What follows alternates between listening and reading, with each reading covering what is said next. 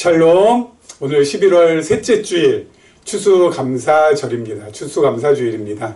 지난 한 해 동안 하나님께서 베풀어 주신 은혜에 감사하며 오늘 하루 그렇게 하나님께 우리의 마음을 드리며 나아가는 시간이 되었으면 합니다. 추수감사주일 맞이해서 계속해서 우리 요한복음 말씀 살펴보도록 하겠습니다. 우리 말씀 들어가기 전에요. 1517년 10월 31일 마틴 루터에 의해서 종교개혁이 시작이 되었다라고 말씀을 드렸습니다. 이 1517년에 시작된 이 종교개혁은 이제 시간이 지날수록 점점 체계화가 되었습니다. 무엇이 체계화됐냐면 신학이 체계화가 되었습니다. 그래서 크게 두 방면으로 신학이 나뉘어지게 됩니다. 하나는요, 우리 1517년 마틴 루터에 의해서 시작이 됐다고 했는데, 루터에 의해서 이 루터에 의한 루터 신학이 체계화가 됩니다. 그리고 이 루터 신학의 가장 핵심적인 사상은 바로 뭐냐면은 오직 믿음으로 뭐가 된다고요? 구원에 이른다고요. 과거의 중세교회는 행위에 의해서, 공로에 의해서 구원에 이른다고 했지만은 이제 루터 신학에서 오직 믿음으로 이것을 가장 강조하는, 그래서 체계화가 됐고요. 그리고 또 다른 방편으로는 존 칼빈이라는 사람에 의해서 칼빈주의 신학 체계화됐습니다. 기독교 강요에 의해서요. 칼빈 신학에서 가장 강조했던 건 바로 뭐냐면 하나님의 주권입니다. 하나님의 주권을 중심으로 해서 세상을 바라보며 내가 하나님의 주권적인 관점에서 어떻게 살아가야 될 것인지에 대한 부분이 강조가 되었습니다. 그런데 이 마틴 루터에 의한 루터 신학보다는 존 칼빈에 의한 이 칼빈주의 신학이 유럽 전체로 퍼져나가게 됐습니다. 그래서 칼빈주의 신학, 하나님의 주권을 강조하는 요 신학이 점점 퍼져가면서 이 신학을 받아들이고 이 신학을 근거로 해서 신앙생활을 하는 사람들이 많이 늘어났습니다. 그래서 각 지역마다 칼빈주의 신학을 받아들이는 사람들의 부르는 명칭이 좀 달랐습니다. 하지만은 다 근본적으로 같은 겁니다. 독일이나 또는 네덜란드 그리고 스위스 같은 경우에는 주로 이런 사람들 일컬어서 개혁교회 교인들이라고 했습니다. 이 사람들은 개혁이라는 건 리폼드잖아요. 어디로부터 개혁한 거예요? 과거 중세교회로부터. 그래서 개혁교회 교인들이라고 그렇게 불렀고요. 프랑스에서는 위그노라고 했습니다. 위그노.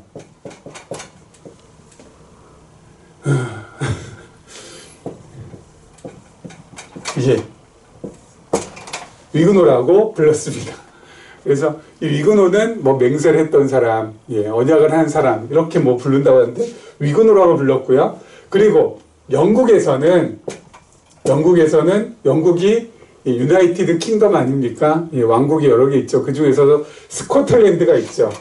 이 스코틀랜드에 있는 칼빈 신학을 받아들인 사람들 일컬어서 스코틀랜드 장로교회 교인들이라고 했습니다. 스코틀랜드 장로교. 그렇죠. 그래서 요 스코틀랜드, 이 지금의 영국의 북쪽이죠. 그렇게 불렀고, 그리고 잉글랜드에 있는 사람들을 뭐라 불렀냐면은 퓨리탄 이라고 해가지고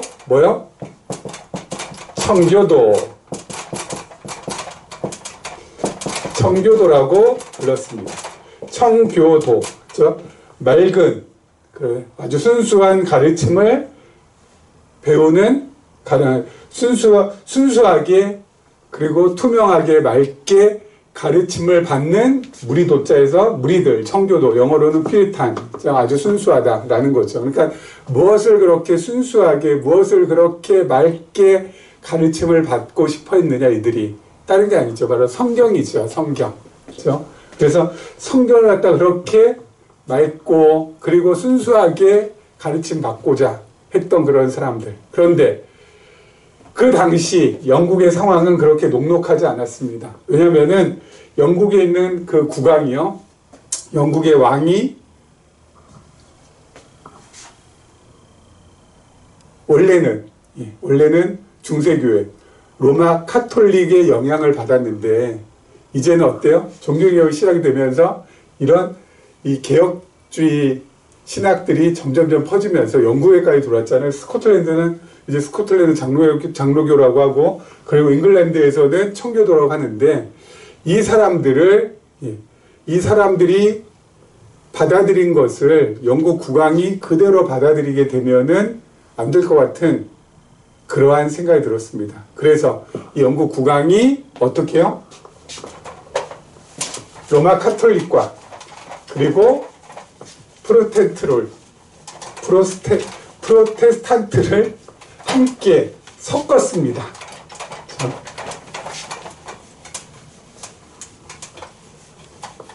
이 둘을 함께 섞었어요. 그래서 로마 카톨릭 교회와 프로테스탄트 교회를 섞어가지고 뭘 만들었어요? 앵글리칸 처치를 만들었습니다. 앵글리칸 처치가 바로 성공회입니다. 로마 카톨릭에서는 형식을 따왔고요. 그리고 프로테스탄트에서는 내용을 따왔습니다. 그래서 앵글리칸 처치에서 성공해요. 왜냐면은 대륙의 상황을 보니까 이 프로테스탄트하고요, 과거에 이 로마 카톨릭 그 사이가 너무 갈등이 심했거든요. 그래서 프로테스탄트들이 로마 카톨릭에 핍박도 당하고 억압도 당하고 쫓겨당하고 도망도 다니고, 그리고 또 그렇지 않은 지역은 또 반대적인 그런 상황이 되고 하니까 워낙 갈등이 치열하니까 저렇게 갈등해서는 안 되겠다 해서 우리는 더한다. 그래서 형식, 내용, 로마 카톨릭 그리고 이 개신교 이렇게 해서 섞어가지고 앵글리칸 처치를 만들었는데, 이게 이제 문제가 되는 게 뭐냐면은 형식은 그대로 로마 카톨릭에서 따왔잖아요. 그랬기 때문에 이 청교도들은 말씀드린 것처럼 정말 성경 말씀을 순수하게, 그리고 성경 말씀을 정말 깨끗하게 가르침받고 싶은데 형식이 이게 다르니까 이게 너무 힘든 거죠. 청교도들이 가장 견디기 어려웠던 건 뭐냐면은 세 가지가 있습니다. 첫 번째는 다른 것이 아니라 바로 이 형식적인 부분. 교회를 갔는데 과거에 중세교회하고 크게 다를 바가 없던 거죠. 그렇죠? 성직자들이 아주 예복을 딱 걸치고 있는 것이나, 그렇죠? 성직자들 예복 입는 거, 이것도 참 견디기가 어려웠고, 그리고 성찬한다고 해서 과거에 중세시대 때처럼 그냥 무릎 꿇고 영성체 받고 하는 그런 거, 뭐 달라진 게 없는 것 같아요. 그래서 이 로마 카톨릭의 잔재가 그대로 남아있다라는 이것이 이들한테는 견디기 어려운 거였고요.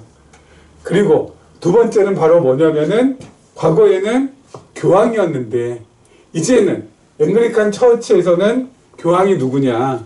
바로 국왕입니다. 그래서 국왕이 바로 교회의 성공회의 최고 탑이에요.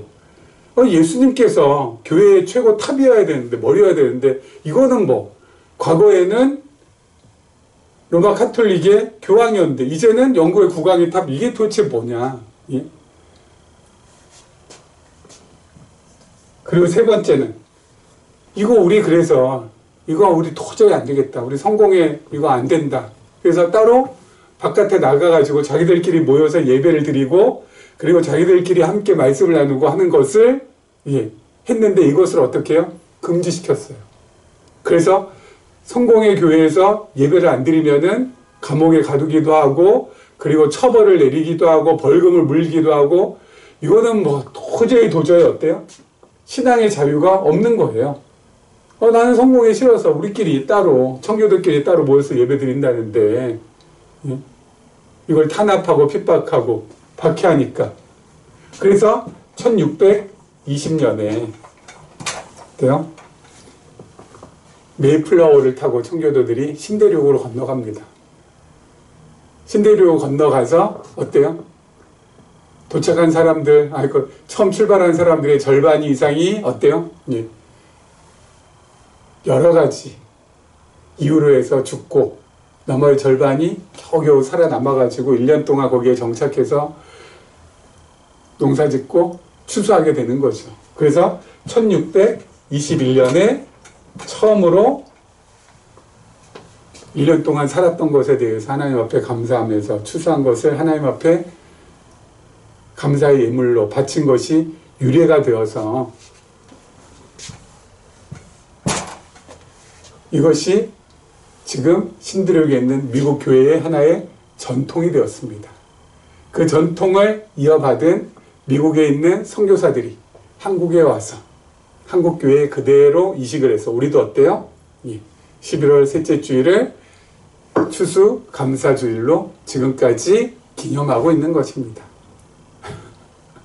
추수감사주일을 얘기하려니까 막 엄청나게 얘기를 했죠. 근데 우리가 추수감사주일날 간과해서는 안 될 것. 우리가 그냥 이렇게 올 한 해에 감사해야지, 올 한 해에 베푸신 은혜에 감사해야지. 물론 이거 너무너무 중요하고 이것도 너무너무 소중한 것인데 거기에다 플러스 하나를 더 더해야 될 것은 바로 뭐냐면은 청교도들이 왜 신대륙에 와서 추수감사주일을 하나님 앞에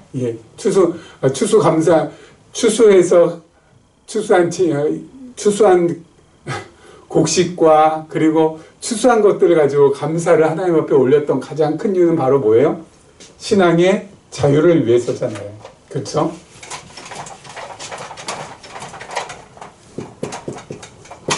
신앙의 자유. 이거를 우리가 잊지 말아야 된다는 것이죠. 신앙의 자유를 주신 하나님께 감사하는 것. 이걸 잊지 말아야 된다는 것이죠. 과거에는 외부의 탄압으로부터 신앙의 자유를 찾아서 신대륙으로 가서 신앙의 자유를 찾게 해주신 하나님 앞에 감사했다면은 지금은 내부로부터의 신앙의 자유를 우리가 찾고 그리고 그 찾은 신앙의 자유를 통해서 하나님 앞에 감사해야 된다는 것이죠.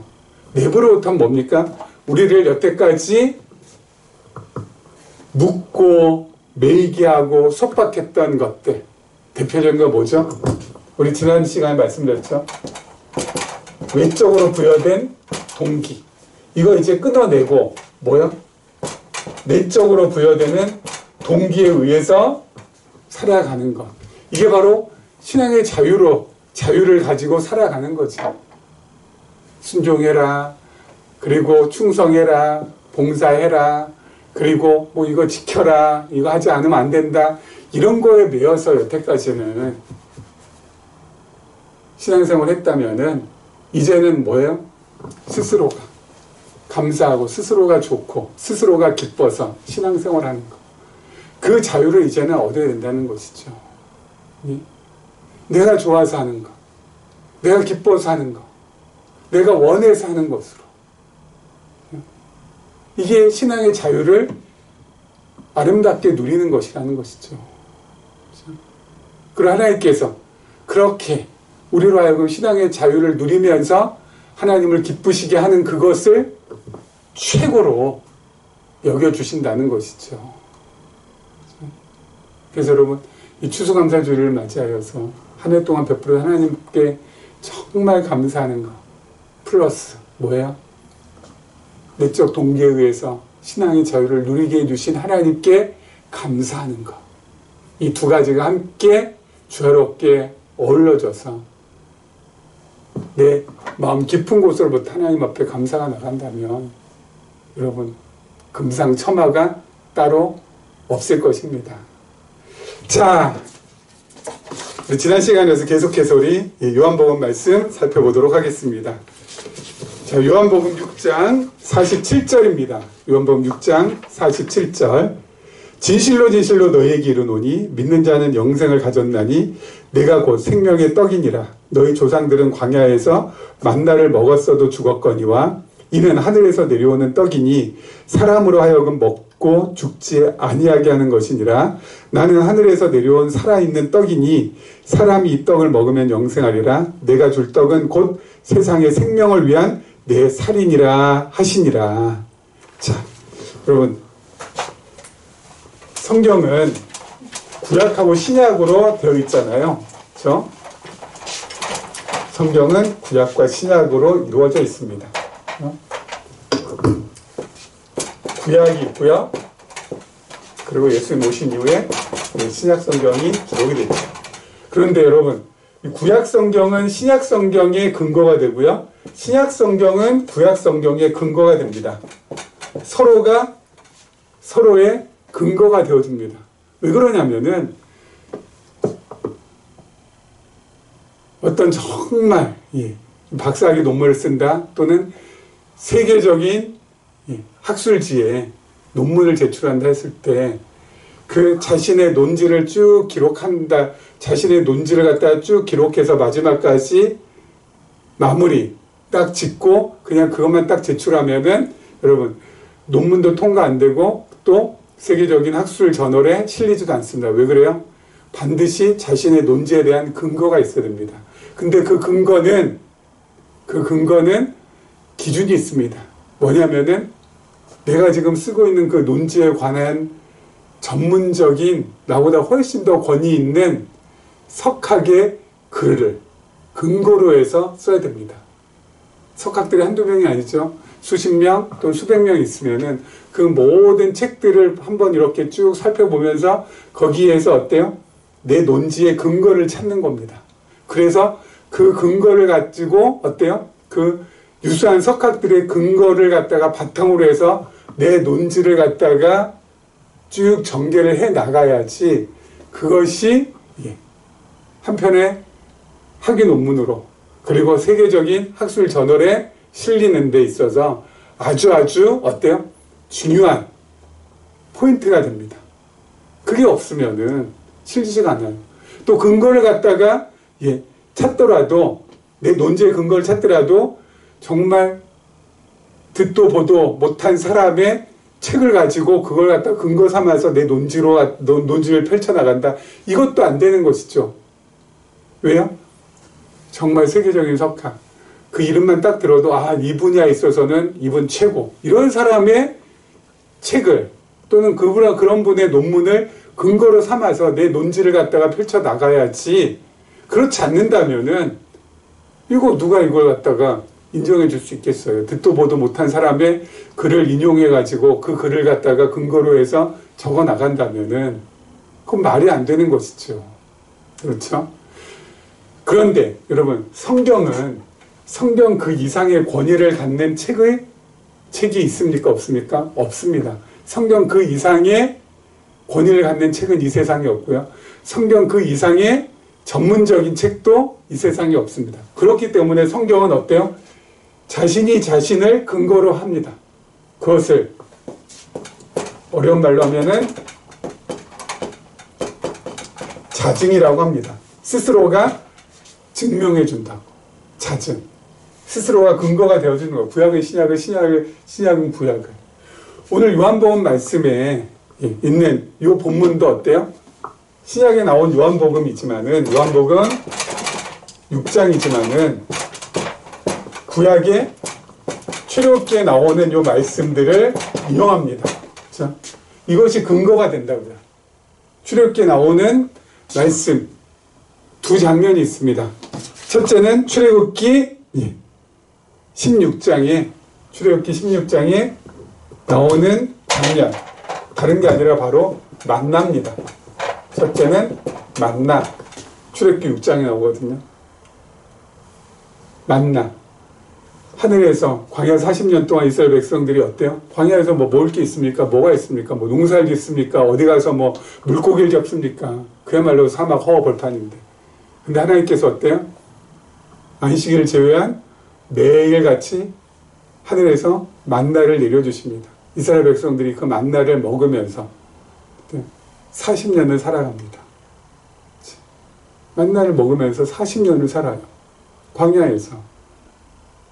요단강 건너서 가나안에 도착하니까 더 이상 만난 내리지 않습니다. 이제 가나안 땅에는 젖과 꿀이 흐르는 가나안 땅에는 먹을 것들이 풍부하니까 광야에서 내립니다.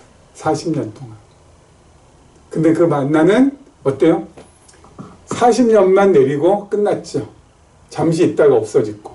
그리고 그 광야 40년 동안 생활했던 사람은 그 만나를 먹고 살았습니다. 영원히 살았습니까? 아니죠. 광야에서 사는 동안, 그 사람들이 평생 동안, 그 사람들이 사는 그 날 동안 산 것이죠. 영원히 산 건 아니죠. 잠시 살았습니다. 만나 덕분에. 그렇죠? 그게 만나예요. 구약의 만나. 근데 신약의 만나 누구야? 이 구약의 만나는 신약의 만나이신 누구야? 예수 그리스도를 예표하는 것이죠.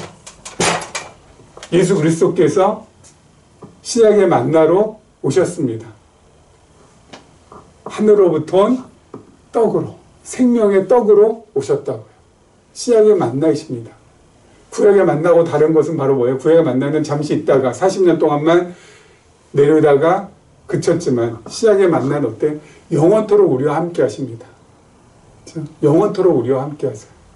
그리고 구약의 만나는 어때요? 먹었던 사람들이 평생 살다가 그냥 그걸로 끝났지만 신약의 만나는 어때요?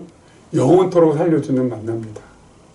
예수 그리스도께서 영원토록 영원한 생명을 우리에게 주십니다. 여기는 한시적인 생명만 주었지만은 영원한 생명을 주셨다니까요. 구약의 만나와 신약의 만나의 차이점. 예수님께서 자기 자신을 무엇으로 말씀하시는 거예요?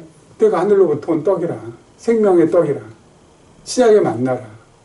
구약의 만나를 먹은 사람들이 광야 40년 동안 살았던 것처럼 이제 신약의 만나인 예수 그리스도를 먹는 사람들은 어떻게 돼요?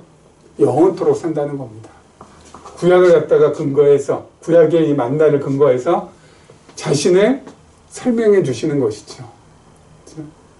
그러면 또 여기서 아니 예수님을 먹는다? 몸을 먹는다? 뭐 살을 내 살인이나 뭐 이렇게 있다고 이게 뭐냐 도대체? 이건 뭐예요? 예수님을 먹는다? 예수님의 몸을 먹는다? 예? 이것은 진짜 예수님 먹는다는 의미가 아니죠. 그럼 뭡니까? 먹는다는 것은 생명의 떡, 신약의 만나인 예수 그리스도를 먹는다는 것은 두 가지죠, 두 가지. 우리가 잘 알다시피. 첫 번째는 뭐예요? 먹는다는 건 믿는다는 겁니다. 그리고 두 번째는 먹는다는 것은 산다는 겁니다.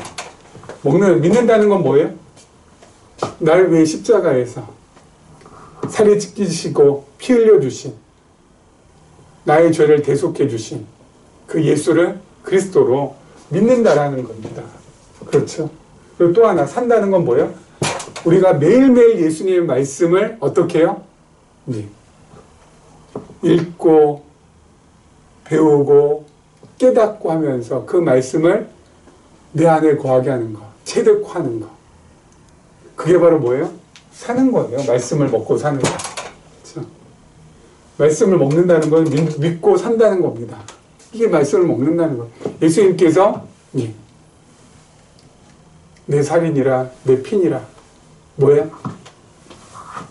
믿는다는 거, 그리고 말씀을 내 안에 체득화시켜서 산다는 거. 이 두 가지가 포함되어 있는 것이죠. 그렇죠? 우리가 매일매일 이스라엘 백성들이 40년 동안 매일매일 만나를 먹었던 것처럼 우리 또한 평생 신약의 만나, 예수 그리스도를, 그 생명의 양식을, 예수 그리스도의 그 말씀을 매일매일 먹는 것, 이게 우리에게 있어서는 얼마나 소중한 것인지 몰라요. 말씀 없이 우리가 어떻게 살아갈 수 있습니까? 그렇죠? 특별히 하나님께서 우리에게 은혜를 베풀어 주셔서 계시적인 관점에서 말씀을 보게 해주지 않았습니까? 계시적 관점에서 요한복음 말씀을 읽으면서 와, 그렇구나 맞구나 정말 예수 그리스도는 하나님이시구나 라는 것이 계속 내 안에서 어떻게 돼요? 깨달아져 올 때 우리가 어떻게 됩니까? 우리의 영이 든든하게 살아갈 수 있게 되는 것입니다. 그렇죠? 이러한 놀라운 은혜를 우리에게 하나님께서 계속 베풀어 주고 계신다라는 거. 우리가 잊지 말아야 될 것입니다. 그렇죠? 큰 거. 그리고 또 한 가지, 아까 두 가지라고 했었죠. 또 한 가지는 바로 출애굽기 3장에 근거합니다. 출애굽기 3장에 뭐가 나오냐면요. 한번 읽어드리겠습니다.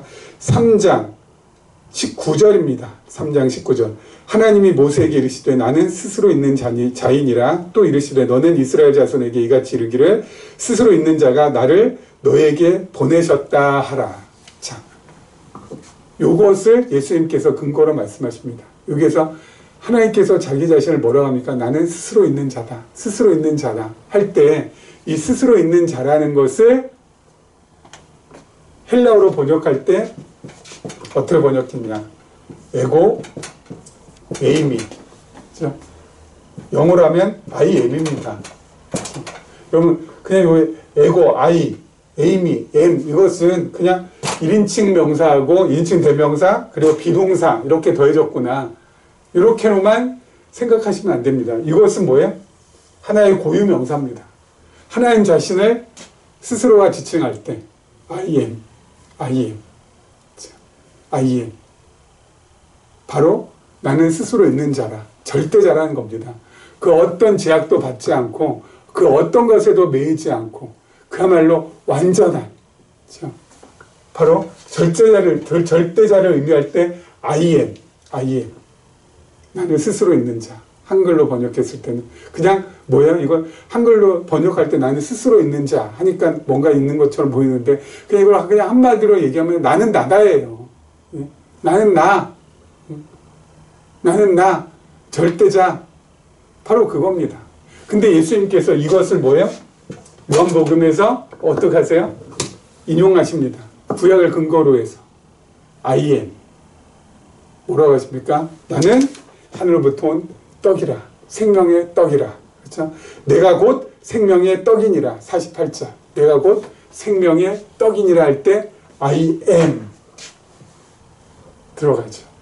예수님께서 하나님께서 쓰셨던 요 고유명사 I am을 그대로 어때요?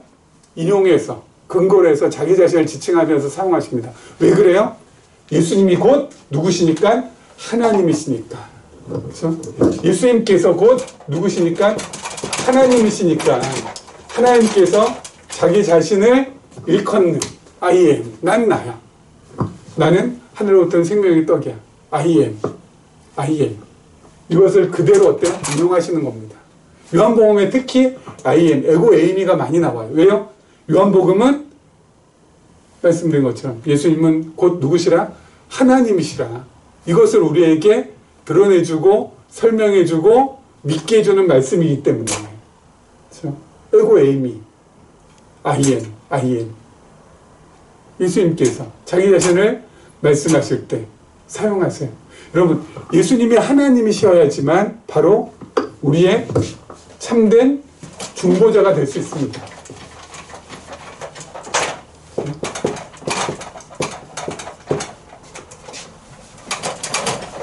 하나님이 아니시고는 중보자가 될 수가 없죠. 그래서 중보자로서 하나님께서 하나님과 우리 사이를 어때요? 화목케 하시고요. 그렇죠? 화목케 하시고 그리고 하나님의 뜻을 우리에게 그 뜻을 우리에게 전달해 주시고 하나님 옆에서 우리를 다스려 주십니다. 이게 중보자로서의 역할이에요. 하나님과 우리를 화목해 주셨죠. 어떻게 해요? 십자가에서 우리의 죄를 대신해서 돌아가심으로. 그리고 하나님의 뜻을 전달해 주시잖아요. 오늘 말씀도 그렇고 하나님의 뜻을 그 아들이 친히 하나님의 뜻을 다 전해 주시잖아요. 하나님의 뜻 가운데 가장 중요한 게 뭐예요? 하나님의 뜻 가운데서 예수님께서 정말 전에 하나님의 뜻을 전하고자 했던 그 핵심 내용이 바로 뭐예요? 너무 많이 있죠.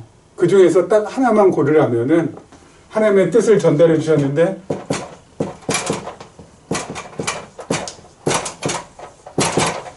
하나님 나라가 나를 통해서, 예수 그리스도를 통해서 드디어 이 땅에 임했다라는 거. 실체적인 하나님의 나라가.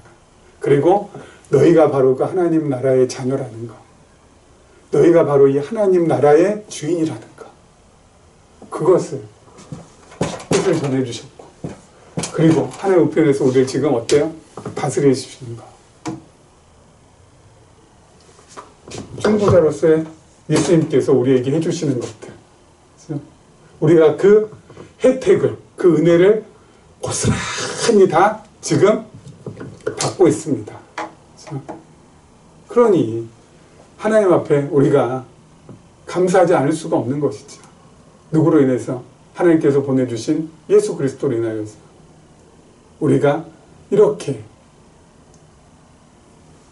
눈에 보이는 것은 우리를 힘들게 하고 어렵게 하고 그리고 우리를 지치게 만들지만 눈에 보이지 아니하는 우리 주님을 우리가 바라보게 되면 그 모든 것으로부터 어때요? 뛰어넘을 수 있는 힘이 생기기 때문에 우리가 매일매일 그럼에도 불구하고 떳떳하게 살아갈 수 있는 것이죠. 계속해서 한번 보겠습니다. 그 다음 절입니다. 그 다음 절 52절부터요. 그러므로 유대인들이 서로 다투어 이르되 이 사람이 어찌 능히 자기 살을 우리에게 주어 먹게 하겠느냐? 예수께서 이르시되 내가 진실로 진실로 너희에게 이르노니 인자의 살을 먹지 아니하고 인자의 피를 마시지 아니하면 너희 속에 생명이 없느니라. 내 살을 먹고 내 피를 마시는 자는 영생을 가졌고 마지막 날에 내가 그를 다시 살리리니 내 살은 참된 양식이요 내 피는 참된 음료로다. 내 살을 먹고 내 피를 마시는 자는 내 안에 거하고 나도 그의 안에 거하나니 살아계신 아버지께서 나를 보내시며 내가 아버지로 말미암아 사는 것 같이 나를 먹는 그 사람도 나로 말미암아 살리라. 이것은 하늘에서 내려온 떡이니 조상들이 먹고도 죽은 그것과 같지 아니하여 이 떡을 먹는 자는 영원히 살리라. 참 예수님께서 하시는 말씀을 유대인들은 그야말로 일도 알아듣지 못하죠. 어떻게 알아듣습니까? 사람이 어찌 능히 자기 살을 우리에게 주어 먹게 하느냐. 여러분 이게 이 사람도 이렇게 받아들였다는 것이 이게 진짜 이해가 안 되죠. 예? 설마 예수님께서 자기 살, 예? 너희 먹어라. 내 살을 갖다 뜯어 먹어라. 이게 무슨 이게 식인종도 아니면서 이게 가능한 또 일입니까? 근데 이 사람들은 어때요? 이렇게 받아들여요. 내 피를 마셔라. 내 살을 먹어라. 그걸 갖다 그냥 직접적으로. 왜요? 하나님께서 귀를 막게 하시고 눈을 감게 하셨으니까 알아듣지 못하는 겁니다. 이게 도대체 뭐냐 이게. 살을 먹고 피를 먹어? 이게 도대체 무슨 말이냐 이게. 예?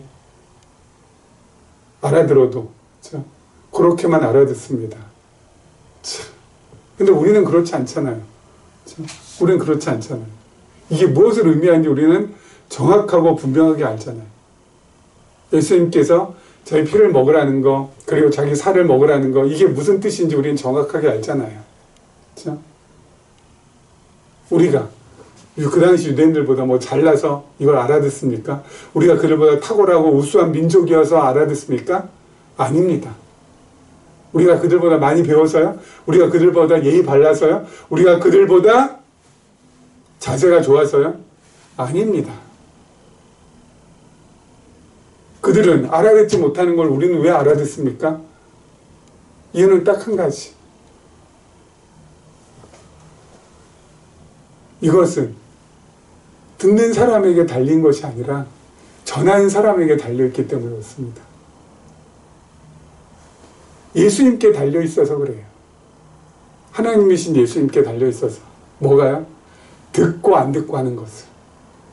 듣는 사람에게 달려있는 것이 아니라 바로 전하시는 하나님께 달려있다고요. 하나님께서 귀를 열어주시고 눈을 뜨이게 하시면은 보고 들을 수 있는 것이고 눈 감게 하시고 귀 멀게 하시면은 안 들리고 안 보이는 겁니다. 듣는 사람은 무슨 자세, 자격, 예, 뭐 어떤 예, 학식 이런 거가 아니라 하나님께 달려있어요. 하나님께서 우리는 어때요? 자신을 자녀로 삼아주셔서 하나님의 말씀이 무엇인지를 갖다 분명히 알아들을 수 있도록 해주신 거죠.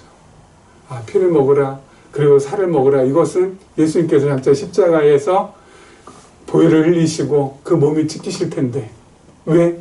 나의 죄를 위해서, 나를 살리시기 위해서 그렇게 하실 텐데, 바로 그 예수를 하나님께서 보내주신 메시아로, 그리스도로, 하나님의 아들로, 하나님으로 나로 하여금 믿으라는 것이구나. 그리고 매일매일 믿은 다음에 그의 말씀을, 그의 생명의 말씀을, 그의 몸과 같은 그 말씀 자체를 매일매일 어때요? 읽고 배우고 깨닫고 체득화시켜서 내 것으로 그 말씀이 내 안에 거하게 하는, 그래서 말씀 안에서 살 수 있도록 하라는 그런 말씀이구나. 우리는 그걸로 그렇게 알아듣잖아요. 그렇죠?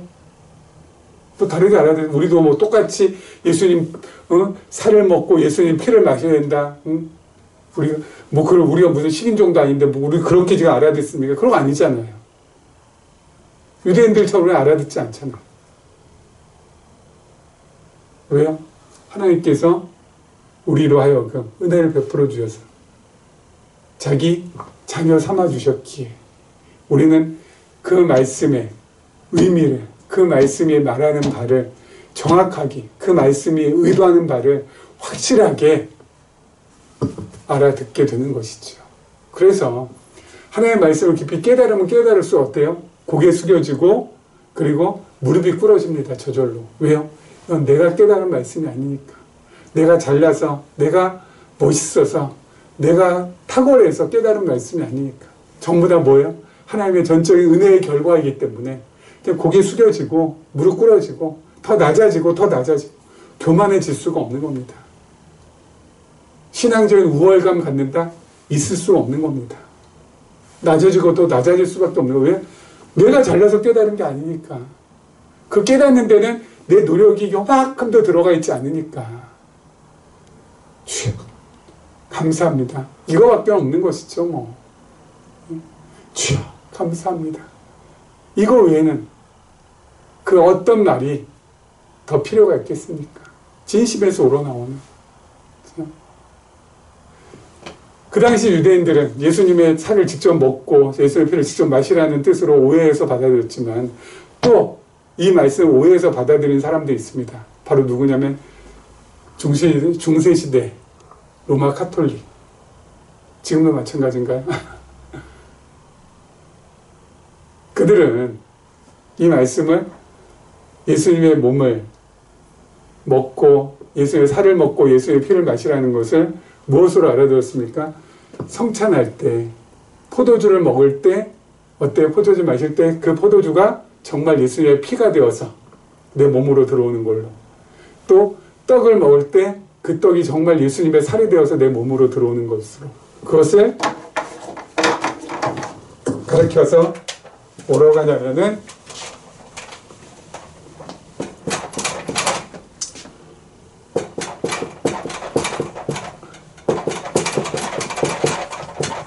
화채라고 합니다. 화채설이라고 하는데요.